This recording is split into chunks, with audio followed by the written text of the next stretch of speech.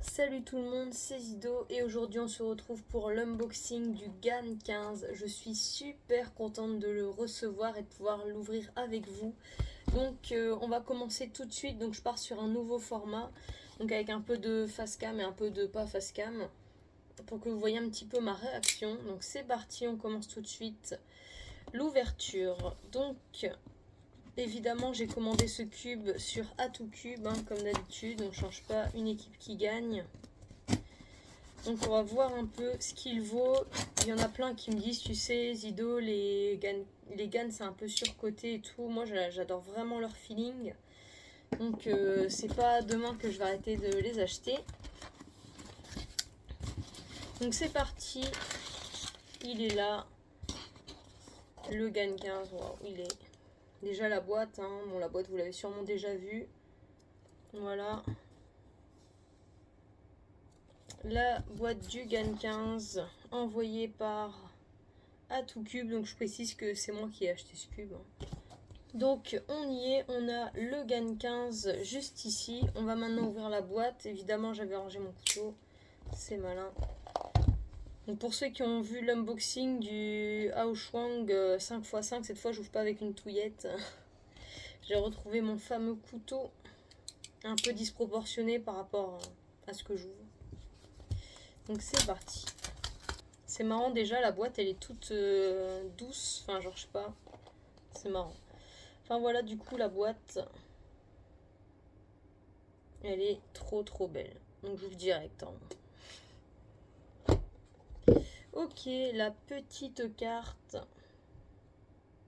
Voilà, classique. On a le cube, un sac, une boîte d'accessoires. On va déjà enlever ça pour faire de la place. Le sac, ouais, c'est bien serré. Voilà, le sac GAN, normal. La boîte d'accessoires maintenant, du coup. Donc alors, on a des pièces de centre. Vous en avez sûrement déjà entendu parler.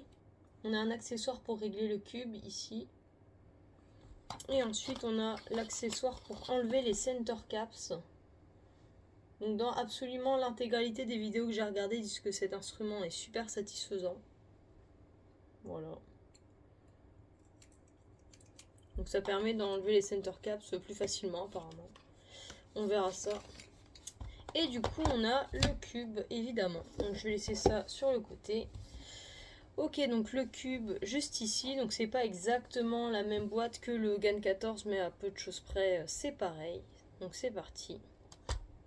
Il est là. Oh, c'est incroyable, je suis tellement hypée. Et en dessous, oui, c'est vrai, on a les aimants des coins. C'est les seuls aimants qu'on peut changer sur ce cube-là.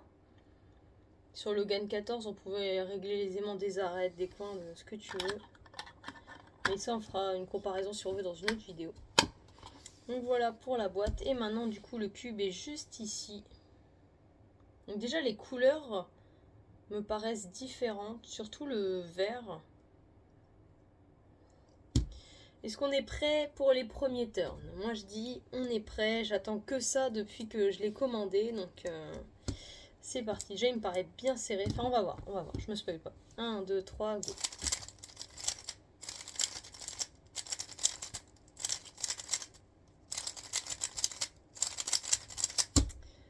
Alors, j'aime bien sa vitesse. Il est un peu serré.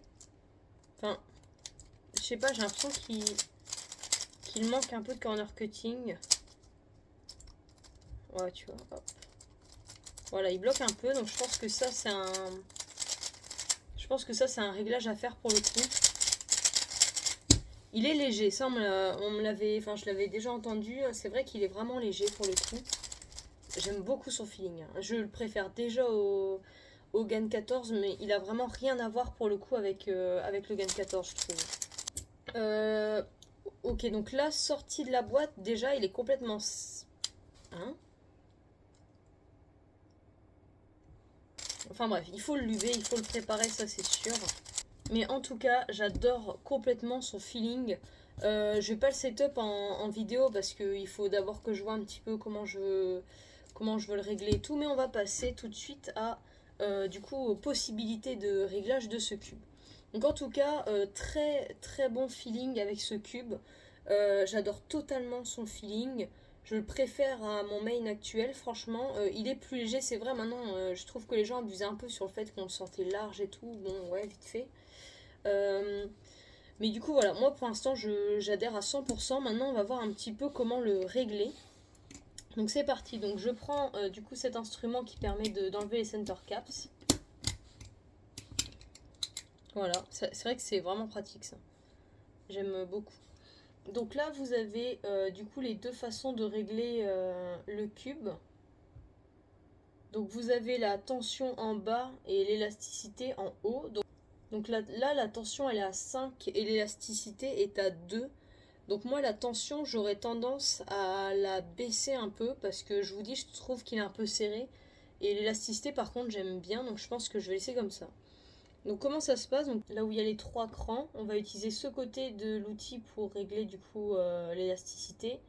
Et on va utiliser ce côté de l'outil pour régler la tension.